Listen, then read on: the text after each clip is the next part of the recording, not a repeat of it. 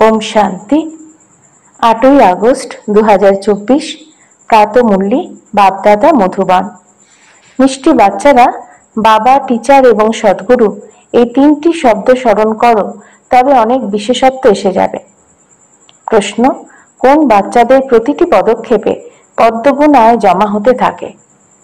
উত্তর: যারা নিজেদের প্রতিটি পদক্ষেপ সার্ভিসের পথে নিজেকে এগিয়ে যায়, তারাই পদ্মগুণায় জমা করে। যদি বাবার সার্ভিসে এগিয়ে যাবে না, তাহলে পদ্মগুণ প্রাপ্তি কিভাবে করবে? একমাত্র সার্ভিসই প্রতি কদমে পদম প্রাপ্তি করায়। এর দ্বারাই পদ্মা পদমপতি হয়ে যাও তোমরা। ওম শান্তি। আত্মারূপী বাবার আত্মারূপী বাচ্চারা, এই কথা তো প্রত্যেকে হয়তো জেনে থাকবে, বাবা হলেন আমাদের বাবাও, টিচারও এবং সদ্গুরু। বাচ্চারা জানে, জেনেও ক্ষণে ক্ষণে ভুলে যায়। এখানে যারা বসে আছে তারা তো জানবে, তাই না? কিন্তু ভুলে যায়। দুনিয়ার লোকেরা তো একেবারেই জানে না। বাবা বলেন, শুধুমাত্র এই তিনটি শব্দ স্মরণে থাকলে অনেক সার্ভিস করতে পারবে। প্রদর্শনী বা মিউজিয়ামে তোমাদের কাছে অনেকে আসে, ঘরেও মিত্র আত্মীয় স্বজন অনেকে আসে। যেই আসুক তাকেই বোঝানো উচিত যে যাকে ভগবান বলা হয় তিনি হলেন বাবা, টিচার এবং সদ্গুরু। এই কথাটি স্মরণে থাকলেও ঠিক অন্য কারো কথা স্মরণে আসবে না, আর কেউ তো এমন কথা বলতে পারবে না। তোমরা বাচ্চারা জানো, আমাদের বাবা হলেন পিতাও, শিক্ষকও, সদ্গুরুও। কতখানি সহজ। কিন্তু কেউ কেউ এমন পাথর বুদ্ধি যে তিনটি শব্দ বুদ্ধিতে ধারণ করতে পারে না, ভুলে যায়।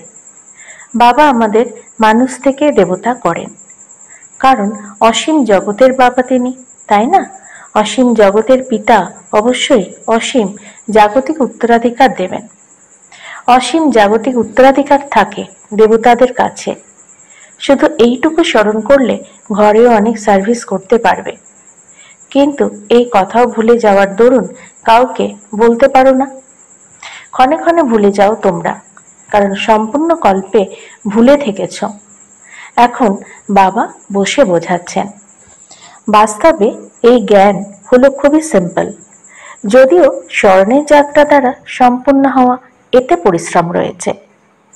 বাবা হলেন আমাদের বাবাও, শিক্ষাও প্রদান করেন, উত্তরাধিকারও দেন, পবিত্রও করেন, কারণ তিনি হলেন পতিত পাবন বাবা। শুধুমাত্র বলেন যে সবাইকে এই কথাই বলো যে আমাকে স্মরণ করো।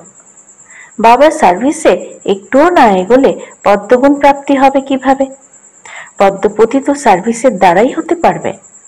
প্রতি পদে পদম একমাত্র সার্ভিস নিয়ে আসে। সার্ভিসের জন্য বাচ্চারা কোথা থেকেই না ছুটতে থাকে। কত রকমের পদক্ষেপ নেওয়া হয়, পদম তো তারাই পাবে, তাই না? এই কথাও বুদ্ধি বলে প্রথমে শূদ্রকে ব্রাহ্মণ করতে হবে। ব্রাহ্মণ না করলে কি পদ প্রাপ্ত করবে? সার্ভিস তো চাই, তাই না? বাচ্চাদেরকে সার্ভিসের খবর এই জন্যই শোনানো হয় যাতে তাদের সেবা করতে ইচ্ছে হয়। সার্ভিসের দ্বারা পদম প্রাপ্তি হয়। শুধু একটি কথা শোনাও যা দুনিয়ার কেউ জানে না। অসীম জগতের বাবা হলেন প্রকৃত পিতা, কিন্তু তার কথা কারো জানা নেই।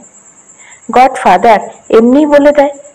তিনি হলেন টিচার, এই কথা কারো বুদ্ধিতে থাকবে না। স্টুডেন্টদের বুদ্ধিতে সর্বদা টিচার স্মরণে থাকে। যারা পুণ্যরীতি পড়ে না তাদের অশিক্ষিত বলা হয়। বাবা বলেন, কোনো সমস্যা নেই, তোমরা কিছু না পড়লেও এই কথা তো বুঝতে পারো যে আমরা হলাম ভাই ভাই। আমাদের পিতা হলেন অসীম জগতের পিতা।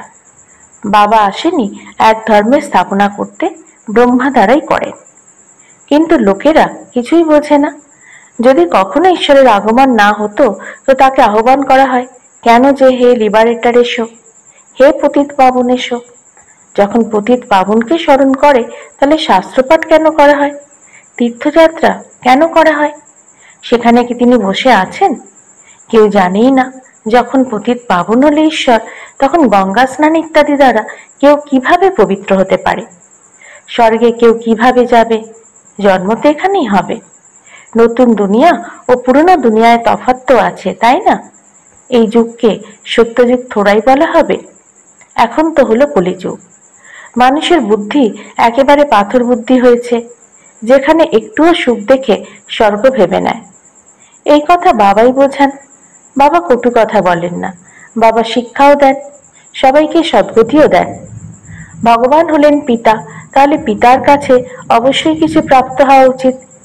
বাবা শব্দটি এমন যে তার থেকে উত্তরাধিকার প্রাপ্তির সুগন্ধ নিশ্চয়ই পাওয়া যায়। অন্য মামা কাকা যতই থাক, কিন্তু তাদের থেকে উত্তরাধিকার প্রাপ্তির সুগন্ধ পাওয়া যায় না। অন্তর্মুখী হয়ে বিচার করা উচিত যে বাবা তো কথাটা ঠিকই বলেন, গুরুর কাছে তো কোনো সম্পত্তি থাকে না, গুরু তো নিজেই ঘর সংসার ত্যাগ করেন। তোমরা সন্ন্যাস করেছ বিকারে, তারা তো বলে আমরা ঘর সংসার ত্যাগ করি, তোমরা বলো আমরা সম্পূর্ণ দুনিয়ার বিকারে সন্ন্যাস করি। নতুন দুনিয়ায় যাওয়া কত সহজ। আমরা সন্ন্যাস করি সম্পূর্ণ পুরনো সৃষ্টি তমপ্রধান দুনিয়া। সত্যযুগ হলো নতুন দুনিয়া, এই কথাও জানো যে নতুন দুনিয়া নিশ্চয়ই ছিল। সবাই গান গায়, স্বর্গ বলা হয় নতুন দুনিয়াকে, কিন্তু তারা শুধু বলার জন্য বলে দেয়, কিছুই বোঝে না। অতএব বাবা বলেন শুধু এটাই ভাবো, বাবা তিনি হলেন আমাদের বাবা, টিচার এবং সদ্গুরু। তিনি সবাইকে ফিরিয়ে নিয়ে যাবেন। শব্দ হলো দুটো, মনমনা ভব, এতেই শব্দ এসে যায়। কিন্তু এই শব্দটাও ভুলে যায়, না জানি বুদ্ধিতে কত কথা স্মরণে থাকে। না হলে রোজ লিখে দাও যে এত সময় আমরা কোন অবস্থায় বসেছিলাম। তোমরা বসে আছো বাবা, টিচার, সদ্গুরুর সামনে, তাই উনার কথাই স্মরণে থাকা উচিত, তাই না? স্টুডেন্টদের টিচারের কথাই মনে থাকবে। কিন্তু এখানে মায়া আছে যে একদম মাথা হেট করে দেয়, সম্পূর্ণ রাজ্য ভাগ্য নিয়ে নেয়। তোমরা জানতে পারো না এসেছিলাম উত্তরাধিকার প্রাপ্ত করতে, কিন্তু প্রাপ্তি কিছুই হয় না, এমনই বলবে, তাই না? যদিও স্বর্গে যাবে, কিন্তু তা বড় কথা নয়। এখানে এসেছো কিন্তু পড়া করনি, তবুও স্বর্গে তো যাবেই, তাই না? এখানে তো বসেই আছে, ভাবে স্বর্গে তো যাব, যে যেরকম পদ প্রাপ্ত হোক। সেটা তো পড়া হলো না, একটু শুনলেও তার ফল তো প্রাপ্ত হবে। পড়াশোনা করলে বড় স্কলারশিপ প্রাপ্ত হয়। বাবার কাছে সর্বোচ্চ পদ প্রাপ্তির জন্য পুরুষার্থ করতে হয়। পড়াশোনা স্মরণে থাকলে 84 চক্রও স্মরণে থাকবে। এখানে বসলে সবকিছুই স্মরণে আসা উচিত, কিন্তু সেই কথাও স্মরণে আসে না। যদি স্মরণে থাকে তাহলে তো কাউকে শোনাবে। চিত্র তো সবার কাছে আছে। শিবের চিত্র দেখে তোমরা কাউকে শোনালে কেউ রাগারাগি করবে না। বলো এসো, আমরা তোমাদের বলে দিই যে শিব হলেন অসীম জগতের পিতা, তাই না? তার সঙ্গে তোমাদের কি সম্পর্ক আছে? চিত্র তো বেকার নয়, শিবের উদ্দেশ্যে অবশ্যই বলা হবে ইনি হলেন ভগবান। ভগবান তো হলেন নিরাকার, তাকেই পিতা বলা হয়। তিনি শিক্ষাও দেন, তোমাদের আত্মার শিক্ষা লাভ করে, আত্মাই সবকিছু করে। টিচারও আত্মাই হয়। বাবাও এই রথে এসেই পড়ান, সত্য যুগে স্থাপনা করেন। সেখানে কলিযুগের নামগন্ধ নেই, মানুষ কোথা থেকে আসবে? সার্ভিসেবল বাচ্চাদের সারাদিন এই চিন্তাই চলতে থাকে। সার্ভিস না করলে ধরে নেওয়া হয় বুদ্ধি চলে না, যেন বোকা বুদ্ধি বসে আছে, বাবাকে বুঝতে পারে না। পতিত পাবন বাবাকে স্মরণ করলেই উত্তরাধিকার প্রাপ্ত হবে। স্মরণ করতে করতে মৃত্যু হলে বাবার সম্পূর্ণ সম্পত্তি প্রাপ্ত হবে। অসীম জগতের পিতার সম্পত্তি হলো স্বর্গ। বাচ্চাদের কাছে ব্যাজও আছে, ঘরে আত্মীয় পরিজন ইত্যাদি অনেকে আসে, কারণ মৃত্যু হলে অনেকে আসে, তাদের সেবাও তোমরা ভালোভাবে করতে পারো। শিব বাবার চিত্র তো খুবই ভালো, যতই বড় সাইজের চিত্র রেখে দাও তাতে কেউ কিছু বলবে না। তারা কেউ বলতে পারবে না যে ইনি হলেন ব্রহ্মা, তিনি হলেন গুপ্ত। তোমরা গুপ্তও বোঝাতে পারো, শুধু শিবের চিত্র রাখো এবং সব চিত্রই তুলে দাও। শিব বাবা হলেন পিতা, শিক্ষক, সদ্গুরু। তিনি আসেন নতুন দুনিয়ার স্থাপনা করতে এবং সঙ্গমে আসেন। এই জ্ঞান তো বুদ্ধিতে আছে। বলো শিব বাবাকে স্মরণ করো এবং অন্য কাউকে স্মরণ করো না। শিব বাবা হলেন পতিত পাবন, তিনি বলেন আমাকে স্মরণ করো, তাহলে তোমরা এসে আমার সঙ্গে মিলিত হবে। তোমরা গুপ্ত সার্ভিস করতে পারো। এই লক্ষ্মী নারায়ণ এই জ্ঞানের দ্বারা শ্রেষ্ঠ পদে অধিষ্ঠিত হয়েছেন। বলবে শিব বাবা হলেন নিরাকার, তাহলে তিনি কিভাবে আসেন? আরে তোমাদের আত্মাও তো হলো নিরাকার, সে কিভাবে আসে? সেও তো উপর থেকে আসে, তাই না, পার্ট প্লে করতে। এই সব বাবা এসে বোঝান। বলদের উপর বসে তো আসবেন না, তাহলে বলবেন কিভাবে? সাধারণ বৃদ্ধ শরীরে আসেন। বোঝানোর জন্য যুক্তি চাই। কেউ বলে তোমরা ভক্তি করো না, বলো আমরা তো সবকিছু করি। যুক্তি দিয়ে চলতে হয়। কাউকে উপরে তোলার জন্য চিন্তা করা উচিত। কি যুক্তি রচনা করা যায়? কাউকে অসন্তুষ্ট করবে না। গৃহস্থ থেকে শুধু পবিত্র থাকতে হবে। তোমরা বলো বাবা সার্ভিস পাওয়া যায় না। আরে সার্ভিস তো অনেক করতে পারো। গঙ্গার ঘাটে গিয়ে বসে যাও, বলো এই গঙ্গা জলে স্নান করলে কি হবে? তোমরা কি পবিত্র হয়ে যাবে? তোমরা তো ভগবানকে বলো হে পতিত পাবন এসো, এসে পবিত্র করো, তাহলে তিনি পতিত পাবন। নাকি এই নদী?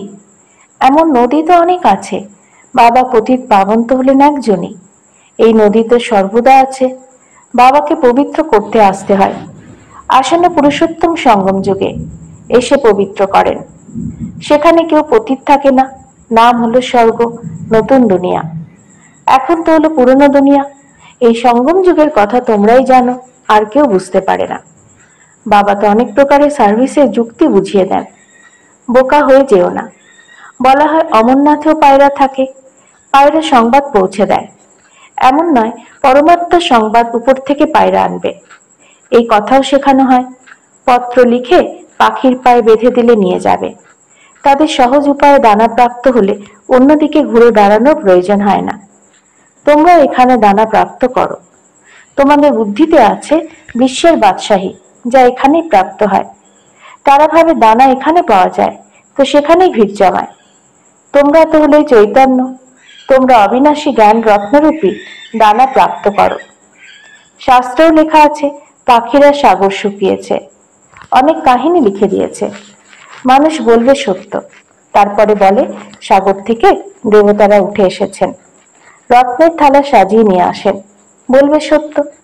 এবারে সমুদ্র থেকে দেবতারা কিভাবে আসবেন? সমুদ্রে মানুষ বা দেবতা বাস করে কি? কিছুই বোঝে না। জন্ম জন্মান্তর মিথ্যা পড়েছে শুনেছে, তাই বলা হয় মিথ্যা মায়া। প্রকৃত সত্য মিথ্যা সংসারের মধ্যে রাত দিনের তফাৎ রয়েছে। মিথ্যা বলতে ইনসলভেন্ট হয়ে গেছে। তোমরা কত যুক্তি দিয়ে বোঝাও, তবুও কোটিতে একজনের বুদ্ধিতেই বসে। এ হলো খুব সহজ জ্ঞান এবং সহজ যোগ। বাবা টিচার সদ্গুরুকে স্মরণ করলে অনেক বিশেষত্বই বুদ্ধিতে এসে যাবে। নিজের চেকিং করা উচিত। আমরা সবাই বাবাকে স্মরণ করি, নাকি অন্যদিকে বুদ্ধি বিচরণ করে? তোমাদের বুদ্ধিতে এই বোধ আছে এখন। কত মিষ্টি কথা বাবা বোঝান। বাবা যুক্তি বলে দেন, তোমরা বসে কাউকে বোঝালে তখন তোমাদের শত্রু থাকবে না। শিব বাবা হলেন তোমাদের বাবা, টিচার, সদ্গুরু। তাকে স্মরণ করো। বোঝাবার যুক্তি রচনা করা উচিত। ব্রহ্মার চিত্র নিয়ে অনেকে পিছনে পড়ে যায়। শিবের চিত্র দেখে কখনো উড়িয়ে দেবে না। আরে উনি তো হলেন আত্মাদের পিতা, তাই না? অতএব পিতাকে স্মরণ করো, এর দ্বারা অনেকের লাভ হতে পারে। তাকে স্মরণ করলে তোমরা পতিত থেকে পবিত্র হয়ে যাবে। তিনি হলেন সকলের পিতা। একমাত্র বাবার স্মরণ ছাড়া অন্য কারো স্মৃতি থাকা উচিত নয়। অন্য সব সঙ্গ ত্যাগ করে একের সঙ্গে যুক্ত হতে হবে। এই হলো কারো কল্যাণ করার যুক্তি। বাবাকে স্মরণ না করতে পারলে পবিত্র হবে কিভাবে? ঘরে থেকেও তোমরা অনেক সার্ভিসই করতে পারো। অনেক আত্মীয় পরিজন ইত্যাদির সঙ্গে দেখা হবে। বিভিন্ন রকমের যুক্তি রচনা করো। অনেকের কল্যাণ করতে পারো। গন্তব্য তো একটাই, অন্য দ্বিতীয় কোনো গন্তব্য নেই। তো যাবে কোথায়? আচ্ছা, মিষ্টি মিষ্টি হারানিধি বাচ্চাদের প্রতি মাতা পিতা বাপদাদা স্মরণে স্নেহ সমান আর সুপ্রভাত। আত্মাদের পিতা তার আত্মারূপী বাচ্চাদেরকে জানাচ্ছেন নমস্কার। আমাদেরও বাপদাদাকে ধন্যবাদ, নমস্কার। ধারণার জন্য মুখ্য সার: 1. গৃহস্থ থেকে অনেক যুক্তির সাহায্যে চলতে হবে। কাউকে অসন্তুষ্ট করবে না, পবিত্র অবশ্যই হতে হবে। একমাত্র বাবার কাছ থেকে অবিনাশী জ্ঞান রত্নের দানা নিয়ে নিজের বুদ্ধিরূপী ঝুলি ভরপুর রাখতে হবে। বুদ্ধিকে বিভ্রান্ত করবে না। পয়গম্বর হয়ে সবাইকে বাবার পয়গাম দিতে হবে। বরদান, অসীম জগতের বৈরাগ্য বৃত্তি দ্বারা সকল প্রকারের বন্ধন থেকে মুক্ত থাকা সত্যিকারের রাজ ঋষি ভব। রাজ ঋষি অর্থাৎ একদিকে রাজত্ব, অন্যদিকে ঋষি অর্থাৎ অসীম জগতের বৈরাগে। যদি কোথাও বন্ধন থাকে, তা নিজের সাথেই হোক বা ব্যক্তির সাথে অথবা কোনো বস্তুতে, তাহলে সে রাজ ঋষি না। যার সংকল্পতেও যদি কিছু মাত্র বন্ধন থাকে, তার মানে তার পা দুটি নৌকাতে রয়েছে, না এদিকে আছে আর না ওইদিকে। সেজন্য রাজ ঋষি হও, অসীম জগতের বৈরাগী হও। অর্থাৎ এক বাবা, দ্বিতীয় কেউ নয়, এই পাঠ পাক্কা করো। স্লোগান, ক্রোধ হলো অগ্নির রূপ, যা নিজেকেও দগ্ধ করে আর অন্যকেও দগ্ধ করে। ওম শান্তি।